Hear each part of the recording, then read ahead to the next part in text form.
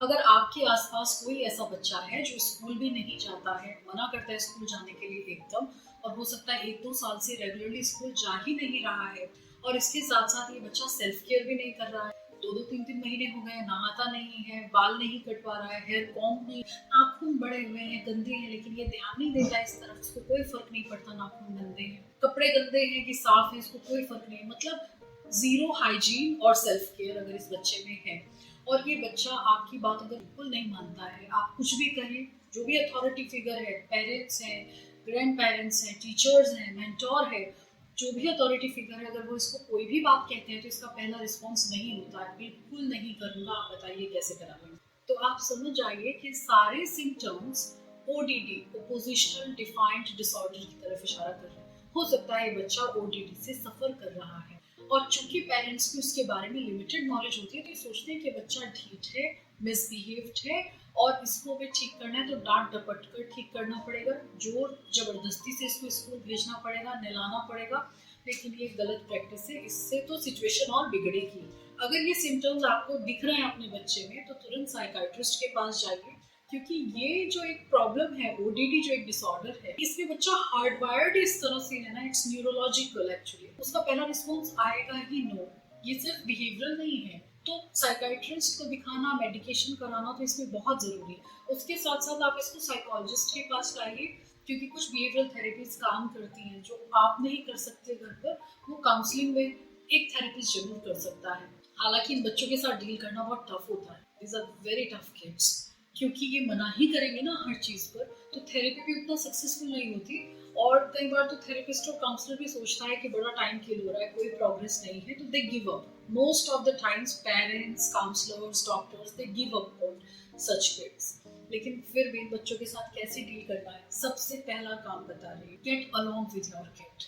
ऐसे कहते हैं ना, I do have a way with my पेट, के साथ भी होता है ना, I have a way with my pet, he understands me, I understand him. ऐसे आपको अपने बच्चे के साथ भी गेट अलोंग होना पड़ेगा, have a way with him.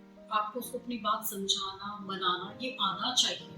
हालांकि ये बहुत टफ है, इसमें समय लगेगा, लेकिन ये आपको करना है। दूसरा, आप बच्चे के साथ नेगोशिएट कीजिए। इन बच्चों के साथ नेगोशिएट करना काम आता है, क्योंकि ये हार्डवायर्ड ऐसे है ना, ये अपने जीतने के लिए आपको मना नहीं करते हैं, इनको आपको जीतने नहीं देना है, आपको हराना है, इसलिए ये मना करेंगे। तो ऐसे में क्या करना है कि कोई ऐसी सिचुएशन नहीं रखनी जहाँ हार या जीत हो। आप पूछ सकते हैं, बेटा आप नहाओगे या कॉम करोगे हेयर आज?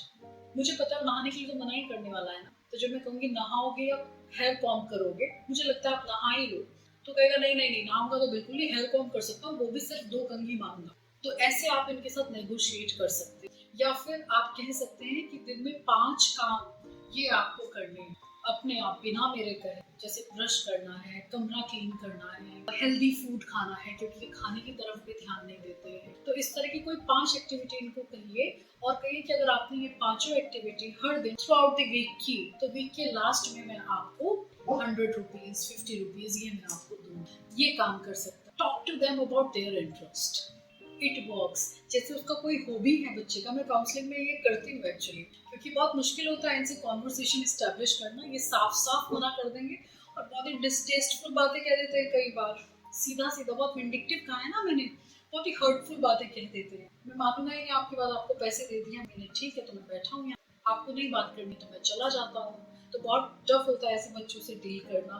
तो एक और चीज होती है कि आप इनकी हॉबीज जानिए और फिर उसी के बारे में बात कीजिए। और बात बिल्कुल भी ऐसा नहीं लगना चाहिए कि आप जानबूझकर एक कॉन्वर्सेशन इस्टेब्लिश करना चाह रहे हैं। Just ask little little questions ना, शॉर्ट क्वेश्चंस, कुछ अच्छा ये करते हो, अच्छा कैसे बनाते हो, show me your mobile phone, so you do editing right, you love editing and graphic designing, why don't you pursue course in that? So in this way you can get along with them, and you have, because you are talking about their hobbies, so once they start liking you, or once they get along with you and they talk about their interest, there is a little chance that they can also agree upon 1 or 2 things that you say during therapy session. Parents को, ऐसे बच्चों के साथ जो parents बहुत exhausted हो जाते हैं, तो मेरे एक एडवाइस है, ऐसा मत सोचिए कि ये बच्चा ऐसा आपके कारण, आप समझते हैं ना कि जब मैं कह रही हूँ हार्ड वायर्ड है, उसका ब्रेन ही ऐसे फंक्शन कर रहा है, पार्शियली हो सकता है बाउंड्रीज का आपने नहीं दिया हो, पेरेंटल कंट्रोल घर पे थोड़ा इरेगुलरिटीज रही हो स्कूल जाने में, 90% it's neurological, and it's not your fault. तो कई बार पेरेंट्स अपने आप को भी फॉल्ट देते हैं, our childs behaviour is a example of our bad parenting, but it's not the case.